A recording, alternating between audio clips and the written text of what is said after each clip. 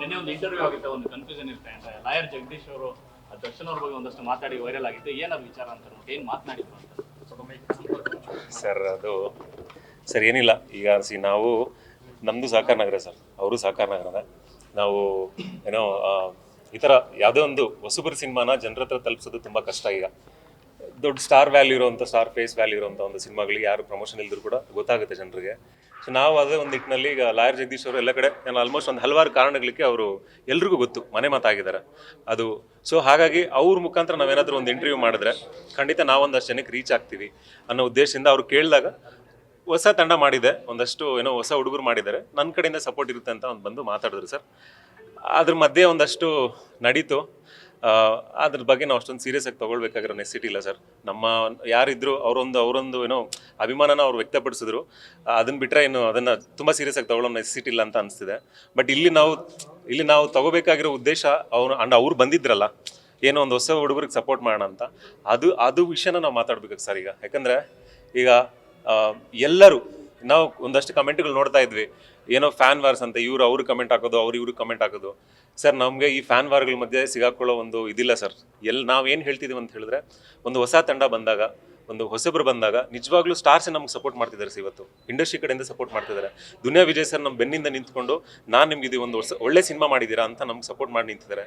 ಹಾಗೆಯೇ ಹೊಂಬಾಳೆ ಸಿನಿಮಾ ಅವರು, ಆ ಸಂಸ್ಥೆಯವರು ಥಿಯೇಟರ್ ಸೆಟಪ್ ಮಾಡಿಬಿಟ್ಟು ನಮ್ಗೆ ಸಪೋರ್ಟ್ ಮಾಡ್ತಿದ್ದಾರೆ. ಅವ್ರು ಮಾಡ್ತಿದ್ದಾರೆ ಸರ್.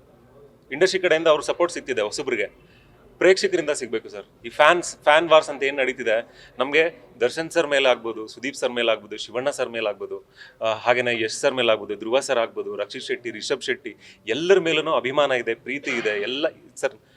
ನಮಗೆ ಎಲ್ಲರ ಫ್ಯಾನ್ಸು ಬೇಕು ಸರ್. ನಮಗೆ ಎಲ್ಲರ ಫ್ಯಾನ್ಸು ಬೇಕು, ಎಲ್ಲರ ಫ್ಯಾನ್ಸು ಸಪೋರ್ಟ್ ಬೇಕು. ಸೊ ಈಗ ಇಂಡಸ್ಟ್ರಿನೇ ಸಪೋರ್ಟ್ ಮಾಡ್ತಿದೆ. ಇವತ್ತಿನ ಟೈಮಲ್ಲಿ ಪ್ರೇಕ್ಷಕರೆಲ್ಲರೂ ಸಪೋರ್ಟ್ ಮಾಡಿದ್ರೆ ನಮ್ಮಂಥ ಒಂದಷ್ಟು ಜನ ಆಚೆ ಬರ್ತಾರೆ.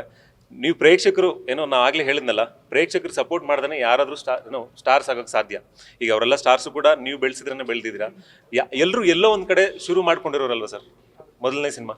ಈಗ ನಾವು ಮಾಡ್ತಿದ್ದೀವಿ, ನಮಗೊಂದಷ್ಟು ಸಪೋರ್ಟ್ ಮಾಡಿ, ಅದು ಅಷ್ಟೇ ಸರ್ ನಾವು ಕೇಳ್ಕೊಳ್ಳೋದು. ದಯವಿಟ್ಟು ಎಲ್ಲರೂ ಫ್ಯಾನ್ಸು ನಮ್ಮ ಒಂದು ಲವ್ ರೆಡ್ಡಿ ಸಿನಿಮಾನ, ಲವ್ ರೆಡ್ಡಿ ಅಂದ ತಕ್ಷಣ ಸರ್ ಇದೆಲ್ಲರೂ ತೆಲುಗು ಸಿನಿಮಾ ಅಂತ ಅನ್ಕೋತಿದ್ದಾರೆ. ಲವ್ ರೆಡ್ಡಿ ಇದೊಂದು ಕನ್ನಡ ಸಿನಿಮಾ, ಗಡಿ ಭಾಗದಲ್ಲಿ ನಡೆದಿರುವಂಥ ಒಂದು ನೈಜ ಘಟನೆ ಆಧಾರಿತ ಮಾಡಿರುವಂಥ ಸಿನಿಮಾ.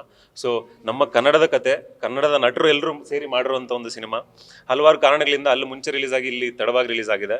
ಒಂದು ಒಳ್ಳೆ ಪ್ರಶಂಸೆ ಬಂದಿದೆ, ಅಲ್ಲಿ ಕೂಡ ಒಂದು ಒಳ್ಳೆ ಸದ್ದು ಮಾಡಿ ಒಂದಷ್ಟು ಪ್ರಶಂಸೆ ಏನೋ ಕೊಟ್ಟಿದ್ದಾರೆ ಇಂಡಸ್ಟ್ರಿ ಕಡೆಯಿಂದ. ನಮ್ಮ ಪ್ರೇಕ್ಷಕರು ನೋಡಿ ನಮ್ಮನ್ನು ಹಾರೈಸಬೇಕಾಗಿ ನಾವು ವಿನಂತಿ ನನ್ನ ಒಂದು ಸವಿನಯ ಪ್ರಾರ್ಥನೆ ಅಂತ ಅನ್ಕೊಳ್ಳಿ.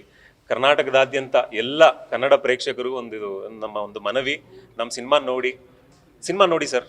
ಸಿನಿಮಾ ಚೆನ್ನಾಗಿದ್ರೆ ಒಂದು 5 ಜನಕ್ಕೆ ಕೇಳಿ, ಇಲ್ಲಾಂದ್ರೆ 20 ಜನ ಕೇಳಿ ಸರ್. ಎಲ್ಲದಕ್ಕಿಂತ ಮುಖ್ಯ, ಎಲ್ಲದಕ್ಕಿಂತ ದೊಡ್ಡದು ಸಿನಿಮಾ ಅಲ್ವಾ ಸರ್. ಈ ವಾರಗಳಾಗ್ಬೋದು, ಇನ್ನೊಂದು ಘಟನೆಗಳಾಗ್ಬೋದು, 3 ದಿವಸ ಇರುತ್ತೆ, 4ನೇ ದಿವಸ ಮರ್ತೋಗ್ತಾರೆ. ಎಲ್ಲದಕ್ಕಿಂತ ದೊಡ್ಡದು ಸಿನಿಮಾ ಇಂಡಸ್ಟ್ರಿ ಬೆಳಿಬೇಕಂತ ಹೇಳಿದ್ರೆ ನಮ್ಮಂಥ ಒಂದು ಹೊಸ ಪ್ರತಿಭೆಗಳು ಬರಬೇಕು. ಸೊ ಆ ಸಪೋರ್ಟ್ ನಿಮ್ಮಿಂದನೇ ಬರಬೇಕು. ಸಿನಿಮಾ ಗೆಲ್ಲಬೇಕು. ನಾವು ಸಿನಿಮಾ ಮಾಡಿದ್ದೀವಿ, ಒಂದು 3 ವರ್ಷ ಕಷ್ಟಪಟ್ಟು ಸಿನಿಮಾ ಮಾಡಿದ್ದೀವಿ, ಒಂದು ಒಳ್ಳೆ ಸಿನಿಮಾ ಮಾಡಿದ್ದೀವಿ. ನೀವು ಸಿನಿಮಾ ನೋಡಿ ಚೆನ್ನಾಗಿಲ್ಲ ಅಂತ ಹೇಳಿದ್ರೆ 20 ಜನಕ್ಕೆ ಹೇಳಿ ಸರ್ ಚೆನ್ನಾಗಿಲ್ಲ ಅಂತ. ಚೆನ್ನಾಗಿದೆ ಅಂತ ಹೇಳಿದ್ರೆ 5 ಜನಕ್ಕೆ ಹೇಳಿ ಸಾಕು. ಅದರಿಂದ ನಮ್ಗೆ ತುಂಬ ಒಳ್ಳೇದಾಗುತ್ತೆ. ಎಲ್ರಿಗೂ ನಮಸ್ಕಾರ sir. Thank you so much.